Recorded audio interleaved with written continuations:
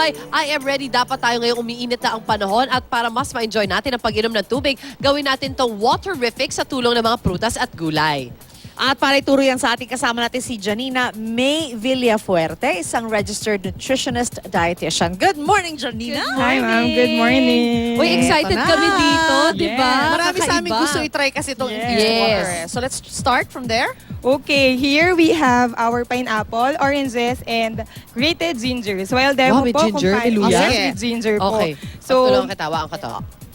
So we have 1 glass of water with ice. So preferred po natin ng cold. Yes. And then we will put just a half cup of pineapple. Yan. And then we'll put Half cup, ang dami. around half Oo cup. nga. So So, dapat puno po na yung mas baso. malaki yung ating Baso. Lalagyan. Yes. O, parang Okay. container siya And talaga then, dapat. Yes, and then meron din po tayong oranges. So Okay. idadagdag natin yung orange and then around isang kutsara or 1 tablespoon po of Oh, ginger. that's a Talaga lot of dapat chopped na siya. ginger. Yes, dapat po grated para po yung flavor niya mas lumabas. Ang tanong ko, paano hindi maiinom o masasama sa pag-inom, lalo Yung na grated yung ginger. ginger? Yes, kaya po minsan we use straw para po... Pero kung ganyan kaliit, Sasama numulusot siya. yan, ha? yung iba po natin, meron po tayong mga containers na pwedeng gamitin para Ah. yung liquid or yung water lang po yung makukuha po natin. Will it be okay kung malaki yung cut ng ginger? Is that okay? Tapos ano yan? Overnight yan o dapat inumin mo kaagad? Yes, preferred po natin, kapag ka po nagawa na natin siya, around 30 minutes, pwede na natin siyang inumin para Okay. po mas fresh siya. So you can actually Ah. take out na the fruits and the ginger. Yes, ma'am. Pwede mo na i-strain out, yes, tapos inumin pwedeng mo na yung strained tubig. and then yung water lang po. Okay, And then we alright. also have here the melon-infused Yun, water. no? And then, eto po, meron Ito na, tayong iniinom watermelon na- and Uy, mint. sarap. Yan, Ah. magandang combination to. Yes Sarap. po. And then we also have yung ating Cucumber. cucumber Sarapan water yan. and then Aha. yung citrus varieties po natin to. So meron tayong oranges, dalandan, meron din po tayong lemon. So ito po yung iba't ibang Nice. fruits na pwede po natin gamitin. Okay, pero ano nga ba ang benefits ng pag-inom ng ganitong klaseng Oo. tubig? Ng infused water? Lalo po ngayon, di ba, summer na nararamdaman na natin na mainit. Syempre po unang-una, mas flavorful yung water. So mas Yes. nadadagdagan po yung, Yung consumption pag-inom. natin, di ba? And Oo. syempre, yun po yung unang benefit. Correct. Secondly, from the fruits or vegetables, lumalabas po yung mga nutrients. Nice. Okay, yung mga vitamins nila Yes. talaga. And syempre po, Okay. yan po yung mga tinatawag natin na water soluble. Nice. So mas madali po siyang ma-absorb ng Oh. katawan. Nakakatulong po siya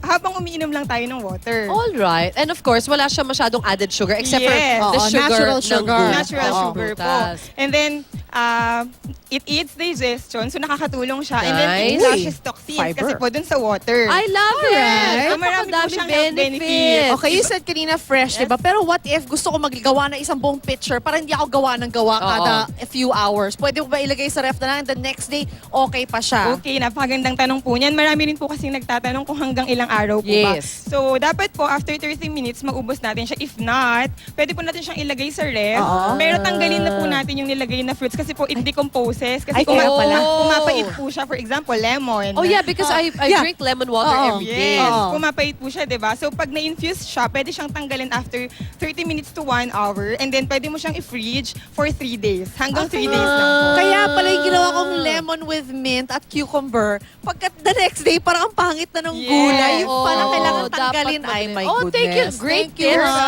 Siyempre, Thank you, Jana. saktong-sakto dahil papunta na tayo sa summer. Ito pa maganda kasi ito yung problema natin kanina or tinatanong natin saan natin pwede ilagay para hindi Exactly. humahalo yung fruits dun sa tubig. Natuwa ko rito, ide-demo ko lang. Actually, ito kasi may blade siya sa ilalim. So, kunyari, meron kayo like yung watermelon, Okay. gusto mo ilagay mo lang dito, tapos ikot-ikutin mo lang siya. Makakrush siya. Makakrush siya kasi ito yung ilalim niya eh. Ay! Yan, oh. Tapos Ay, ilalagay ang mo siya rito, di ba? So, galing. wala ka na extra effort, just crush it on its own. And then, there you go. Ito Right, ka and pala. then afterwards, There. after 30 minutes, See? tatanggalin mo na siya katulad na sinabi ni Janina. Yes, or ubusin mo na kaagad. Ito yun, no? This is the... Aqua Zinger ang tawag dito. Yan. Meron naman tayong Citrus Zinger.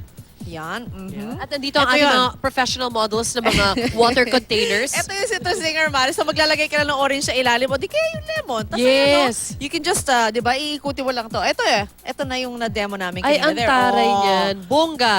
Ibang klase to.